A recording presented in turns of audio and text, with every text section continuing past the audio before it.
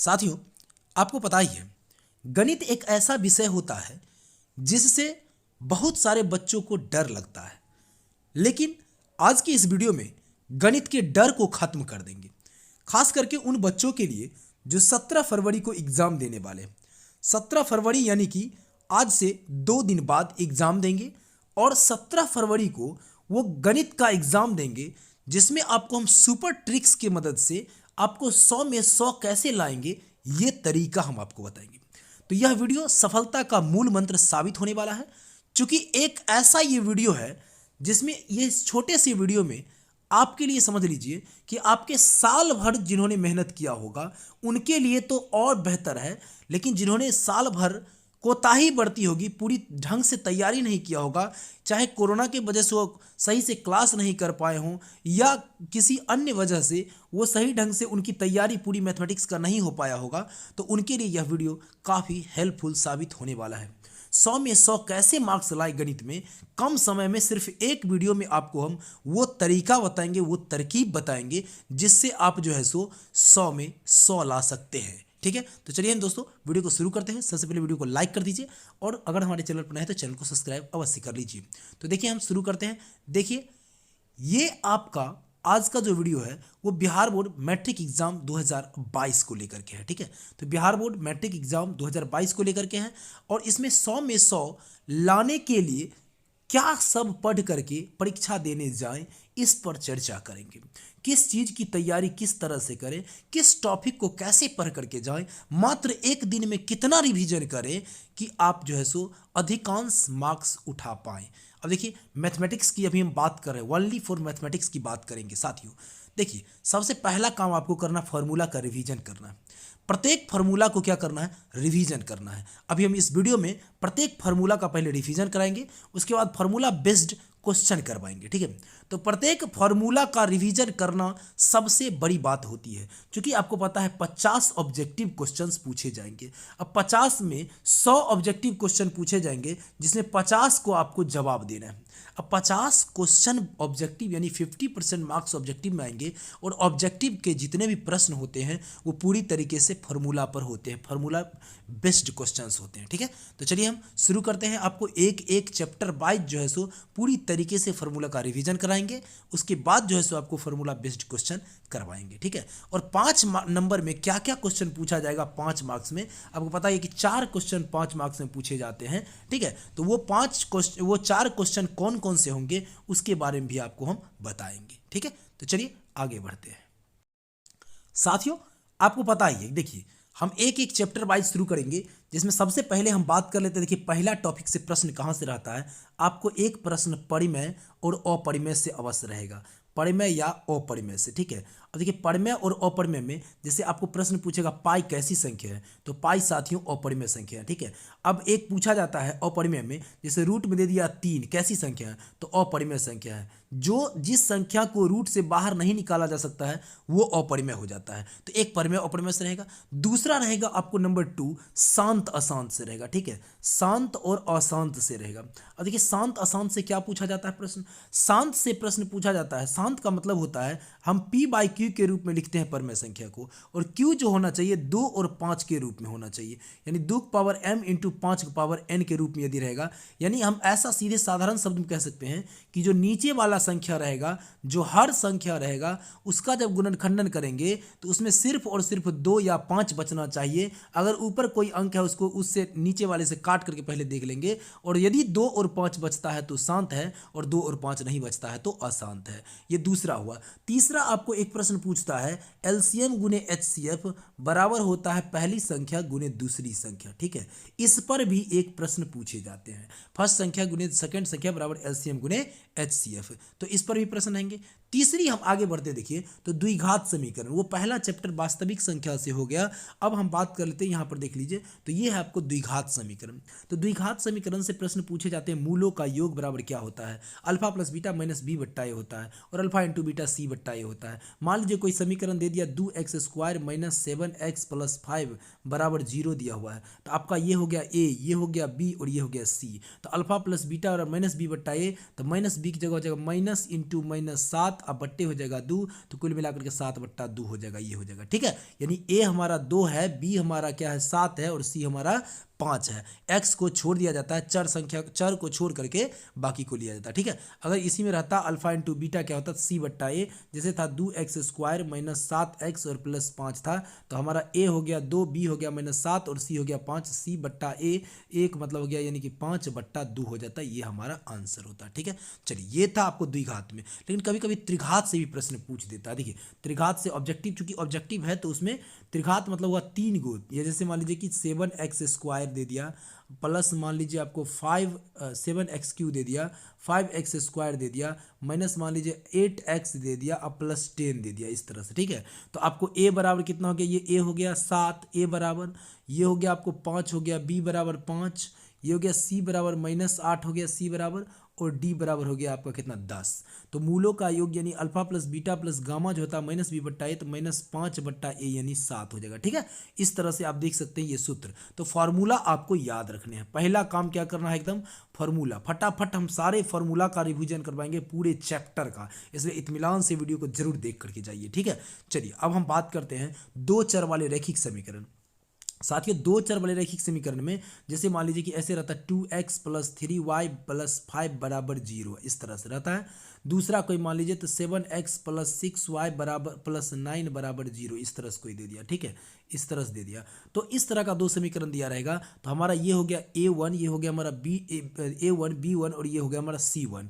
यानी पहला समीकरण है तो a1 b1 c1, a b c जैसे लेते हैं तो a1 b1 c1।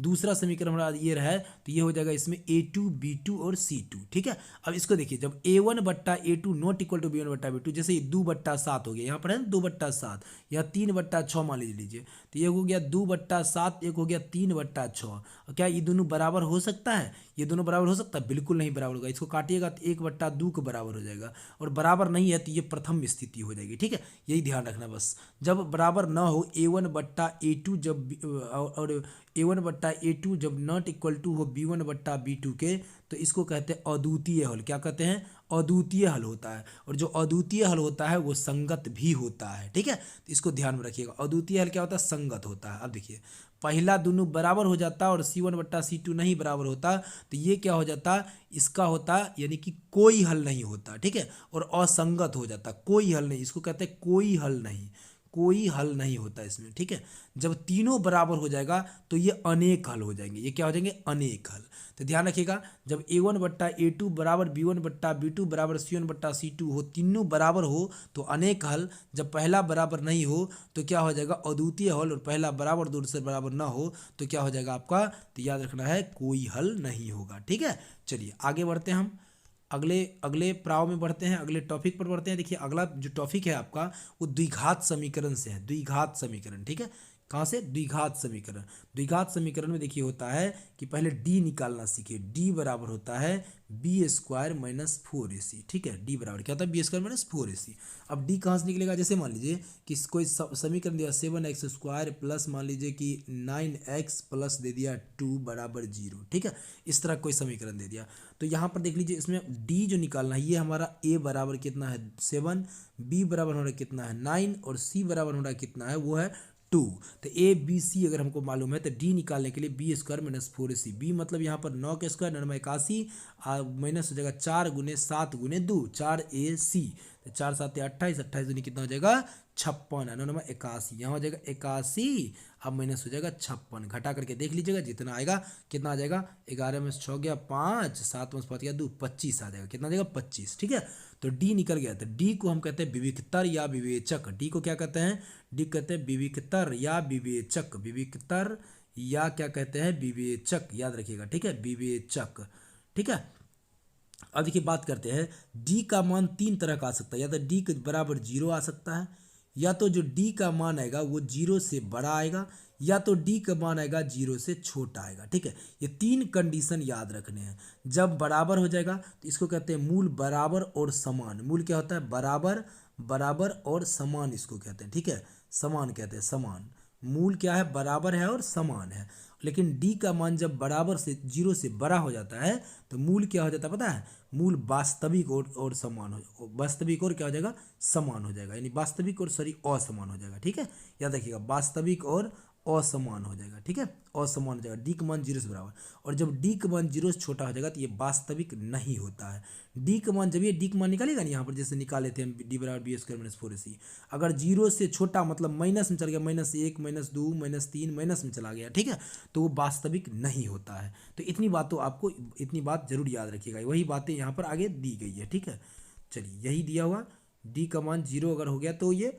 अब अगला देखिए, हम फटाफट अंदाज में आपको चाहते हैं कि कम समय में पूरी तरीके से रिवीजन करवा दें, समय भी कम लगे, रिवीजन भी पूरा हो जाए, इसलिए हम फटाफट बताते हैं। देखिए, प्रथम पद ए सार्वंतर को डी ए पी का एनवा पद जो है सो ए एन कहलाता है, आपको पता ही है। जैसे मान लीजिए कि दे दिया कि जो है सो ऐसे 4 6 8 10 डॉट डॉट डॉट 15वां पद क्या होगा, 15वां पद क्या होगा। अब यहाँ देखिए, ए बराबर प्रथम पद ए बराबर कितना हो गया 4, डी बराबर क्या हो जाता है A two minus A one, ये हुआ ए वन, ये हो गया A two, A two minus A one मतलब 6 माइनस क्या करेंगे 4, तो हो जाएगा डी बराबर 2। ठीक है, तो ए निकालना सीख गए, डी निकालना सीख गए आप। और एन मतलब होता है जो पदों की संख्या होता है कि 10वां पद ज्ञात कीजिए, 15वां पद ज्ञात कीजिए, 20वां पद ज्ञात कीजिए, तो हो गया एन। तो ए एन डी अगर निकल जाएगा तो इस सूत्र से आप एनवां पद यानी 10वां 12वां 15वां 20वां जितना पद रहेगा वो आप ज्ञात कर सकते हैं, यानी पुट द वैल्यू और गेट द रिजल्ट, इस पर बैठा दीजिएगा, आंसर आ जाएगा। अब देखिए, इसी में अगर योग ज्ञात करने के लिए होता है तो ये फॉर्मूला लगता है एस एन बराबर, यानी एस को योग कहते हैं, एपी के एन पदों का योग ज्ञात करने के लिए एन बटा 2 into 2a plus N minus 1 into D, ये फॉर्मूला याद रखिएगा। फॉर्मूला जैसे ही याद रहेगा आपको एकदम समझ लीजिए, फॉर्मूला जैसे ही याद हो जाएगा आराम से आप प्रश्न को हल कर पाएंगे। ठीक है, तो देखिए एन मतलब पदों की संख्या हो गया 2a, तो समझ गए प्रथम पद होता है, एन मतलब फिर पदों की संख्या 1, और डी का मतलब तो हो गया सार्वंतर, जिसको कहते हैं जो दूसरे पद में से प्रथम पद को घटा करके निकालते हैं। ठीक है, तो ये था आपका योग ज्ञात करने के लिए। एक और फॉर्मूला था योग ज्ञात करने के लिए, ये देखिए, अगर डायरेक्ट दिया हुआ है ए और एल दिया हुआ है, एल मतलब क्या होता है, यदि ए एन दिया रहे, एन पदों की संख्या, ठीक है, एनवा पद जो इतना दिया हुआ, जैसे 15वां पद यदि दिया हुआ 45, मान लीजिए 45 है, तो ये हो गया ए 15 45, ठीक है, ए 15 45, तो यहाँ पर एल इसको कहते हैं, एल भी कहते हैं, ए 15 भी कहते हैं, तो यहाँ पर डायरेक्ट पुट कर सकते हैं। ठीक है, तो ये है आपका, देखिए चूंकि रिवीजन करवा रहे हैं इसलिए फटाफट अंदाज में आपको बताना ही पड़ेगा। देखिए यहाँ से क्या ऑब्जेक्टिव प्रश्न पूछे जाते हैं, ध्यान सुनिएगा। सबसे पहले आपको यहाँ से ऐसे लाइन खींच दिए, इसको एक्स अक्ष कहते हैं, आपको पता होना चाहिए, इसको वाई अक्ष कहते हैं। यहाँ पर 0 होता है, 0 कहते हैं मूल बिंदु, मूल बिंदु का निर्देशांक क्या होता है 0 0 होता है। ठीक है, मूल बिंदु क्या होता है निर्देशांक 0 0, ये होता है प्लस, ये होता है माइनस, ये फिर हो गया प्लस, ये क्या हो गया फिर माइनस। ठीक है, अब यहाँ देखिए, इसको कहते हैं प्रथम पाद, इसको कहते हैं द्वितीय पाद, इसको कहते हैं तृतीय पाद, इसको कहते हैं चतुर्थ पाद, यानी first quadrant, second quadrant, third quadrant और फोर्थ क्वाड्रेंट। अब देखिए एक्स अक्ष पर देखिए मूल बिंदु का निर्देशांक 0 0 होता है, प्रश्न पूछा जाता है मूल बिंदु का निर्देशांक कितना होता है, मूल बिंदु का निर्देशांक याद रखिएगा, मूल बिंदु का निर्देशांक होता है 0 0, निर्देशांक कहता है 0 0, रट जाइए एकदम से, मूल बिंदु का निर्देशांक 0 0 अबे करेगा। ठीक है, अब एक्स अक्ष पर, अगर एक्स अक्ष पर बात करेंगे तो एक्स अक्ष पर वाई नियामक 0 होता है, क्या होता है 0, और वाई अक्ष की बात करेंगे तो वाई अक्ष पर एक्स नियामक 0 होता है। ठीक है, ये दो बातें ध्यान में रखिएगा। अब इतना ही चीज़ इसमें पूछा जाता है ये। ठीक है, अब देखिए, अब सूत्र जो है अगर मान लीजिए दे दिया कि 2 3, ठीक है, और यहाँ 5 और 6, इसका दो बिंदु है, मान लीजिए ए है और ये बी है, इसके बीच की दूरी ज्ञात करना है आपको, तो इसके लिए यहाँ सूत्र लगाइएगा। पहला हो गया x1, ये हो गया y1, दूसरा हो गया x2, ये हो गया y2। तो सूत्र होता है x2 माइनस x1 मतलब 5 माइनस 2, दोसर वाले पहले पद और पहले वाले पहले पद घटा दीजिए, 5 में से 2 का कितना 3 के स्क्वायर, और दूसरा हो गया 6 में से 3 का कितना फिर प्लस 3 के स्क्वायर। ठीक है, तो 3 3 9 9 9 18, रूट में हो जाएगा 18, 18 का वर्गमूल निकालिएगा, 3 3 9 2 18, 3 रूट 2 हो जाएगा। ठीक है, 3 रूट क्या हो जाएगा 2 हो जाएगा। याद रखिएगा मूल बिंदु से ये प्रश्न पूछे ही जाते हैं। ठीक है, अब देखिए यहाँ पर, अब जो है अगर अनुपातिक वाला प्रश्न दिया रहे, मान लीजिए कि ए और बी यहाँ पर दिए गए हैं, इसके निर्देशांक मान लीजिए कुछ भी दिया गया, मान लीजिए x1 y1 दे दिया, इसका x2 y2 दे दिया। ठीक है, तो यहाँ पर अगर मान लीजिए कोई दिया हुआ एक और अंक दिया हुआ या बिंदु दिया हुआ सी, तो कहेगा इसको इसको इसको अगर मान लीजिए और भी इसका भी कुछ निर्देशांक दिया हुआ, मान लीजिए कि x3 y3 दे दिया। ठीक है, x3 y3, तो कहेगा इसका ज्ञात करने के लिए, तो इसको अनुपात m1 और m2 में लिया जाता है, ठीक है, m1 और m2। तो फॉर्मूला होता है m1 x2 plus m2 x1 बट्टा m1 प्लस m2, फिर m1 y2 plus m2 y1 बट्टा m1 प्लस m2, ठीक है। तो ये फार्मूले हैं दोनों, ये दोनों के दोनों फार्मूले हैं, और ये पूरी तरीके से आपको x निर्देशांक ज्ञात करने के लिए हो गया सूत्र, और इसको y निर्देशांक ज्ञात करने के लिए फार्मूला हो जाता है, ठीक है।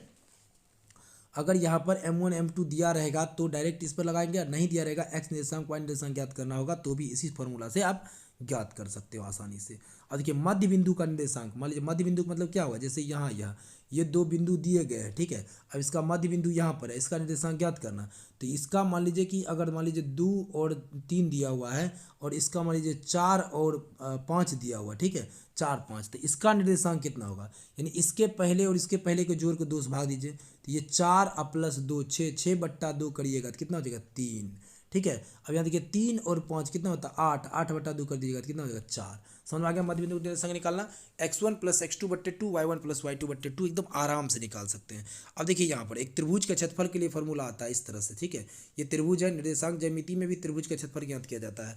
तो त्रिभुज के क्षेत्रफल के लिए आप क्या सूत्र लगाइएगा, तो यहाँ 123, 231 और 312 याद रखना है, ठीक है। अब क्या ये क्या हो गया, देखिए पहला जो है 1 2 और 3 है, ये x1 x2 x3 है, ठीक है, जो बाहर रहेगा। और अंदर में क्या है, जब 1 आ जाएगा तो 2 3 घटा देंगे y लेकर के, जब 2 आ जाएगा तो 3 1 घटा देंगे, और जब 3 आ जाएगा तो 1 2 को घटा देंगे, ठीक है। तो इस बात को याद रखिएगा, 123, 231 और 312, ठीक है, इसको याद रखिएगा। इसी को बैठा दीजिएगा त्रिभुज के क्षेत्रफल के आराम से 1/2 इंटू करके आप आराम से बना सकते हो, ठीक है।